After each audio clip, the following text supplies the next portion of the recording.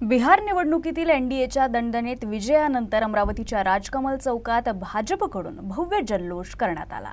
राज्यसभा खासदार डॉक्टर अनिल बोंडे, माजी मंत्री प्रवीण पोटे, शहराध्यक्ष नितीन धांडे यांच्यासह मोठ्या संख्येने पदाधिकारी आणि कार्यकर्ते उपस्थित होते।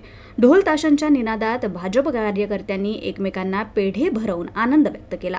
उत्साहाचा माहोल इतका रंगला की डॉक्टर बोंडे आणि प्रवीण पोटे यांनाही नृत्याचा मोह आवरता आला नाही। महिलांनी देखील फुगडी खेळत या विजयाचा आनंद साजरा केला। बिहारमधील विजयाला प्रतिसाद म्हणून अमरावतीत साजरा झालेला हा उत्सव वातावरणात उत्साह भरून गेला।